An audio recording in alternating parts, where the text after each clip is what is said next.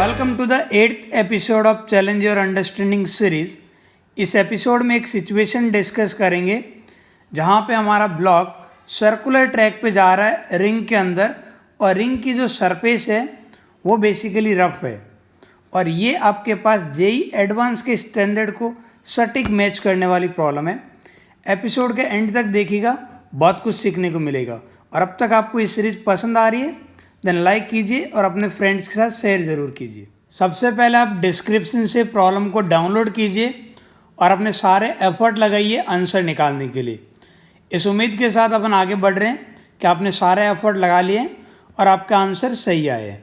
ठीक है, तो अब देखते हुए गिवन क्या है। यहाँ पे एक सेमी सर्कुलर रिंग गिवन है और इस रिंग की रेडियस कैपिटल आर है और रिंग बेसिकली फिक्स है, और रिंग को एक स्मूथ सरफेस पे रखा हुआ है हॉरिजॉन्टल टेबल पे। ठीक है, टेबल और आपके पास ब्लॉक के बीच में कोई फ्रिक्शन नहीं है, और जो रिंग की एक विड्थ है, यहाँ 3D में जो डायग्राम बनाया हुआ है वहाँ से पता लग रहा है कि ये जो हाईलाइटेड विड्थ है रिंग की, ये विड्थ बेसिकली रफ है और इसे सटीक आपके पास एक ब्लॉक को प्रोजेक्ट किया है। तो बेसिकली आप रूम से समझते हो जो साइड वॉल है ना रूम की, वो रफ है, लेकिन जो आपके पास रूम का फर्श है वो फ्रिक्शन लेस है। ब्लॉक को आपने इनिशियली यू स्पीड दी है और वो ए पॉइंट पे ब्लॉक एंटर करता है और यहाँ बी से बाहर निकलता है। और अब यहाँ पे कुछ अलग अलग पार्ट हमसे पूछे हुए हैं। Coefficient of friction mu given है।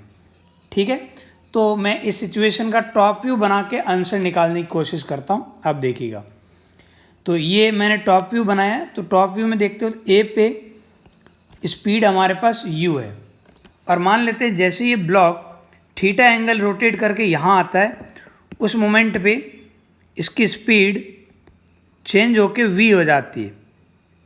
ठीक है, स्पीड चेंज होके v हो जाती है। अब जैसे जैसे आगे बढ़ेगा इसकी स्पीड चेंज होती रहेगी। इस वजह से मैं एक एलिमेंटल पाथ ले रहा हूँ। जब ये छोटे से एंगल d थीटा से रोटेट हो रहा है, इस छोटे से ड्यूरेशन पे बात कर रहा हूँ, तो d थीटा के लिए मैं बोल सकता हूँ कि स्पीड ऑलमोस्ट कांस्टेंट रहेगी। और इस छोटे से इंटरवल में एक तो इस पर अंदर की तरफ फोर्स लगेगा, इस पर एक आपके पास अंदर की तरफ फोर्स लगेगा जिसे आप नॉर्मल फोर्स बोलते हो। साइड वॉल है ना, नॉर्मल फोर्स लगेगा। ठीक है, mg बेसिकली नीचे की तरफ लगेगा और ग्राउंड का नॉर्मल ऊपर, वो दोनों कैंसिल आउट कर रहे हैं, उसको मैं नहीं दिखा रहा हूँ। हमारी सिचुएशन से इसको कोई लेना देना नहीं, वो प्लेन के परपेंडिकुलर है। इस प्लेन में एक नॉर्मल लग रहा है जो सेंटर की तरफ एक्ट करेगा। ठीक है, अच्छा, ये जो नॉर्मल लगेगा it is responsible for the centripetal force, तो मैं इसे लिख सकता हूँ mv² अपॉन कैपिटल R। ठीक है, क्योंकि बॉडी यदि सर्कुलर ट्रैक पे जा रही है तो एक सेंट्रीपिटल लगना चाहिए, और यहाँ पे जो नॉर्मल फोर्स है वो हमारे पास सेंट्रीपिटल का काम करेगा। और एक यहाँ पे टेंजेंशियल डायरेक्शन में फोर्स लगेगा। टेंजेंशियल डायरेक्शन में बेसिकली फ्रिक्शन लगेगा। ठीक है, एक टेंजेंशियल डायरेक्शन में फ्रिक्शन फोर्स लगेगा, और फ्रिक्शन फोर्स कितना होता है, यहाँ पे आपके पास साइड वॉल के साथ ही स्लाइड करते हुए बढ़ रहा है तो काइनेटिक फ्रिक्शन होगा, that is mu times normal. ये नॉर्मल बेसिकली साइड वॉल वाला लिया है जो कि सेंटर से पास होने वाला है। ठीक है, तो यहाँ पे जो फ्रिक्शन एक्ट करता है उसकी वैल्यू मैं लिख सकता हूँ म्यू टाइम्स नॉर्मल, और नॉर्मल है mv² अपॉन कैपिटल R। ठीक है, अब देखते हो तो ये जो फ्रिक्शन लग रहा है वो वेलोसिटी के एकदम अपोजिट डायरेक्शन में लग रहा है, हाँ या ना। इस वजह से पार्टिकल के पास एक रिटार्डेड मोशन होगा, और मैं लिख सकता हूँ मास मल्टीप्लाई बाई एक्सेलरेशन, और जो a होगा वो v के अपोजिट डायरेक्शन में होगा। ठीक है, ये है हमारे पास म्यू mv² अपॉन R। ये मैं Newton's second laws of motion से लिख सकता हूँ कि रिजल्टेंट फोर्स आपके पास मास मल्टीप्लाई बाई एक्सेलरेशन के इक्वल होता है। और ये बेसिकली मैंने टेंजेंशियल एक्सेलरेशन लिया है बेटा, ध्यान रखना, नॉर्मल नहीं। ठीक है, क्योंकि ये फ्रिक्शन की वजह से टेंजेंशियल फोर्स लगेगा और बेसिकली रिटायर्ड मोशन होगा, m से m कैंसिल आउट। और मैं टेंजेंशियल एक्सेलरेशन को लिख सकता हूँ v मल्टीप्लाई बाई dv/dx। ठीक है, ये एलिमेंटल लेंथ dx चलेगा। ये हमारे पास म्यू v² अपॉन R, और आपके पास पार्टिकल का रिटायर्ड मोशन है तो D V by D X negative होगा, और इसको बैलेंस करने के लिए मुझे एक माइनस लगाना चाहिए। ये माइनस क्यों लगा पता लगा? आप ऐसे बोलिए कि रिटायर्ड मोशन है तो वेलोसिटी एक्स के साथ कम हो रही है, इस वजह से राइट हैंड साइड पॉजिटिव तो लेफ्ट हैंड साइड भी पॉजिटिव चाहिए, इस वजह से मैंने लिखा है। ठीक है। और डी एक्स आपके पास एलिमेंट ये लेंथ ऑफ आर्क है, it can be written as capital R radius of curvature multiply with D theta. तो डी एक्स की जगह मैं आर डी थीटा लिख सकता हूँ। तो एक आर डी थीटा लिखूँगा तो ये V D V upon R D theta, और ये mu V square upon capital are.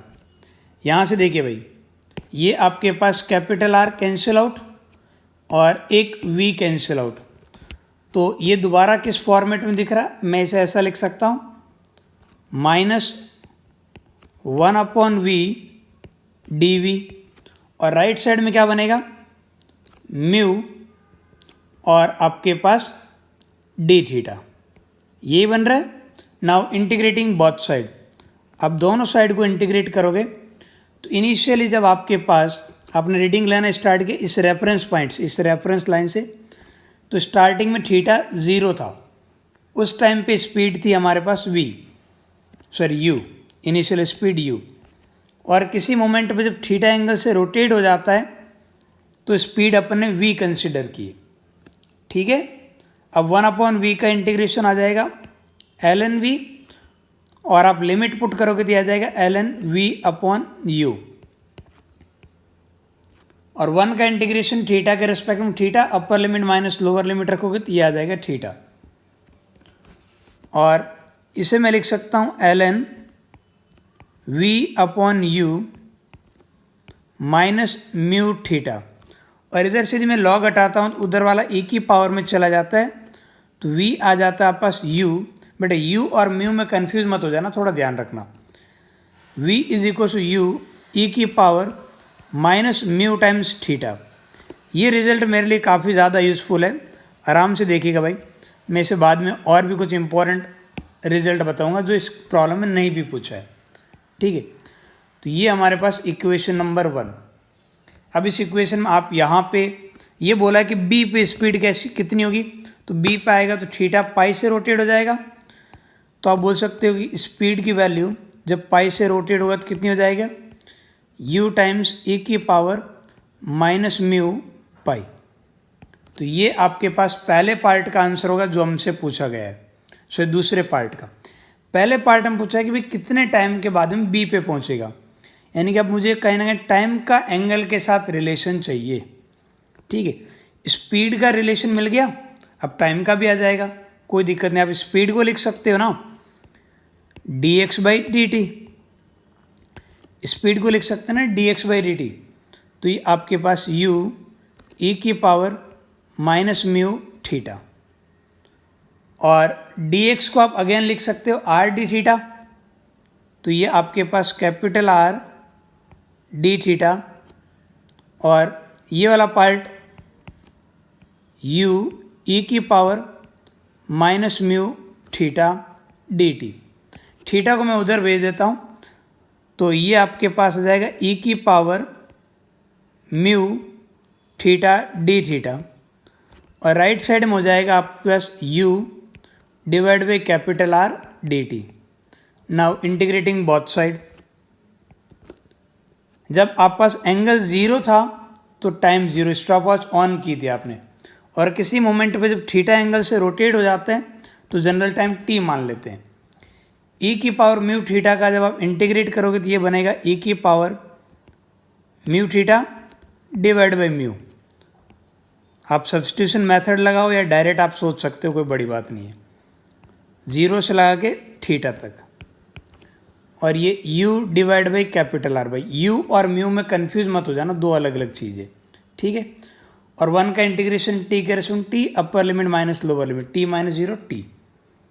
ये म्यू को मैं उधर भेज देता हूँ, और ये आ जाएगा आपके पास e की power mu theta minus e की पावर 0 आपके पास 1, और उधर हमारे पास है टाइम t इन पूरे पार्ट को मैं इधर ले आता हूँ, तो ये आ जाएगा r डिवाइड बाई यू। ये u है, ऊपर वाला म्यू है। ये टाइम और एंगल के साथ रिलेशन। तो जैसे आप t की वैल्यू पाई पुट करोगे b पे आ जाएगा। अब आप किसी भी मोमेंट पे बात कर सकते हो, ठीक है। तो ये हमारे पास दोनों पार्ट का आंसर आ गया। यहाँ पे आप सिंपल t की वैल्यू जैसे आप पाई रोटेशन के बाद में कितना टाइम लगेगा, तो आ जाएगा r divide by you e की पावर पाई म्यू -1। ये आपस फर्स्ट पार्ट का आंसर है और ये हमारे पास सेकंड पार्ट का आंसर है। ये वाला सेकंड पार्ट का आंसर है, ठीक है। किसी प्रॉब्लम के आंसर आ जाने से वो प्रॉब्लम ख़त्म नहीं होती। यदि आप जेईई एडवांस एस्पिरेंट हो तो इस बात को जितना जल्दी समझोगे उतना बेटर रहेगा, ठीक है। एक मैं सिचुएशन बताता हूँ। एक हॉलीडे मूवी के अंदर अक्षय कुमार और उसकी टीम 12 स्लीपर सेल को एक साथ शूट करती है। उसके बाद में अक्षय कुमार अपने पुलिस वाले दोस्त को बोलता है कि भाई अपन ने जो कांड किया है ना, इस कांड में अपन ने कुछ ना कुछ सुराग तो पीछे छोड़ा होगा, और स्लीपर सेल के हेड को ये पता लगे उससे पहले हमें पता करना है कि हमने क्या पीछे गलती की है। हालांकि अक्षय कुमार इस बात में सक्सेसफुल नहीं हो पाता है। अक्षय कुमार से पहले स्लीपर सेल के हेड को पता चल जाता है और उसका भुगतान उसको करना पड़ता है। तो आपको भी यहाँ पे कोई भी प्रॉब्लम हो, उसमें जितने एंगल बनते हैं उन सारे एस्पेक्ट को एग्जामिनर सोचे उससे पहले आपको सोच के रख लेना है, ताकि आपकी ज़िंदगी स्मूथ हो, ठीक है। ये वाली इक्वेशन एक्सपोनेंशियल डीके की इक्वेशन है, जिसका इस तरीके से ग्राफ बनेगा।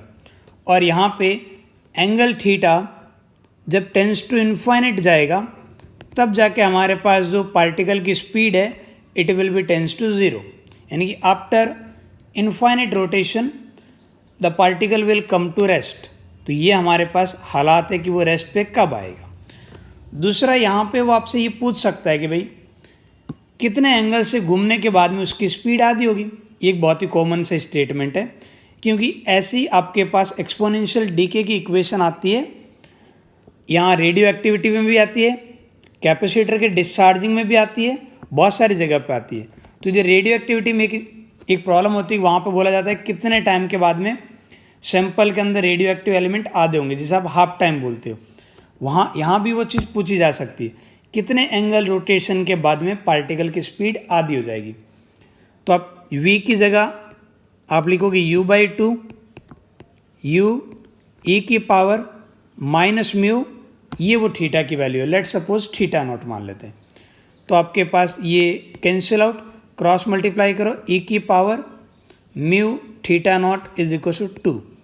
लॉग लेंगे तो आपके पास थीटा नॉट की वैल्यू आ जाएगी ln2 divide by mu.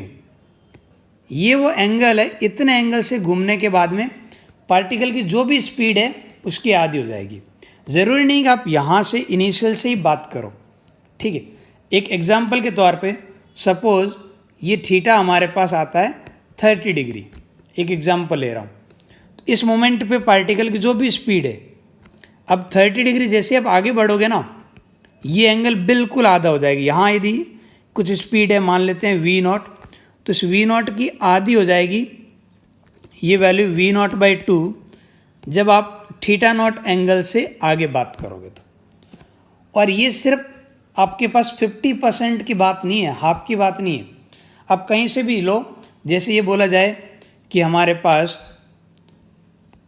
Theta आपके पास 20 डिग्री चेंज होने पे स्पीड 1/3 हो जाती है, यानी कि स्पीड आपके पास u की u/3 हो जाती है।